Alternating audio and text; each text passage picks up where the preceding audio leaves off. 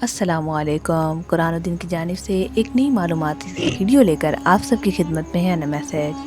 آج کی ویڈیو میں ہم آپ کو جو بات بتانے والے ہیں وہ ہے بڑے لوگ آخر بڑے کیوں ہوتے ہیں۔ تو اس ویڈیو کو شروع کرنے سے پہلے آپ تمام لوگوں سے چھوٹی سی ریکویسٹ ہے کہ اگر ابھی تک آپ نے ہمارا چینل قرآن و دین سبسکرائب نہیں کیا سبسکرائب کر لیجئے اور بیل آئیکن کو پریس کر کے آل کرنا مت بھولیں، کیونکہ اسی سے ملتی ہیں آپ کو آنے والی تمام ہمارے اسلامک اور اسٹوریز ویڈیوز نوٹیفیکیشن میں سب سے پہلے۔ تھامس ایڈسن کو کون نہیں جانتا، آخر انہوں نے الیکٹرک بلب ایجاد کیا ہے۔ آپ تو ان کا نام اچھے سے جانتے ہوں گے۔ جب وہ ہزاروں تجربے کے بعد بلب بنانے میں کامیاب ہو گئے اور اس کو لگانے کا وقت آیا تو انہوں نے اپنی آفس کی چپڑاسی کو وہ بلب دیا کہ جاؤ یہ ٹیسٹ کرو۔ وہ لڑکا اتنا نروس ہوا کہ غلطی سے اس سے یہ بلب گر کر ٹوٹ گیا۔ سب بہت حیران ہوئے۔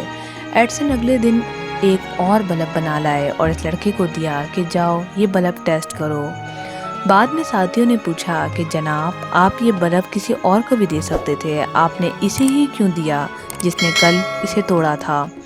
ایڈسن نے آبزر سے لکھا جانے والا جواب دیا کہ مجھے ٹوٹے ہوئے بلب کی جگہ نیا بلب بنانے میں 24 گھنٹے لگے، لیکن اگر آج میں اس کو بلب نہ دیتا تو شاید اس کی خود اعتمادی ہمیشہ ہمیشہ کے لیے ٹوٹ جاتی، جو کہ میں نہیں چاہتا۔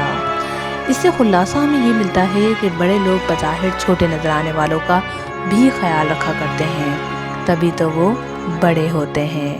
تو امید ہے کہ شارٹ سی ویڈیو آپ کو پسند آئی ہوگی اور ہم اس طرح سے لوگوں کی دل آزاریوں سے بچیں گے اور اپنے ساتھ ساتھ دوسروں کا بھی خیال رکھیں گے۔ آج ہم عزم کرتے ہیں کہ ہم اس نیکی کو آگے بھی چلائیں گے اور لوگوں کو بھی بتائیں گے کہ ہمیں دل آزاری سے بچنا چاہیے اور کسی بھی انسان کو چھوٹا یا حقیر نہیں سمجھنا چاہیے۔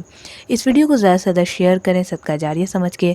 ہو سکتا ہے کہ اگر کسی ایک نے بھی اس پر عمل کر لیا تو میرا اس ویڈیو کو بنانا اور آپ کو شیئر کرنا کامیاب کر دے گا۔ اپنا خیال رکھیے گا۔ اللہ حافظ۔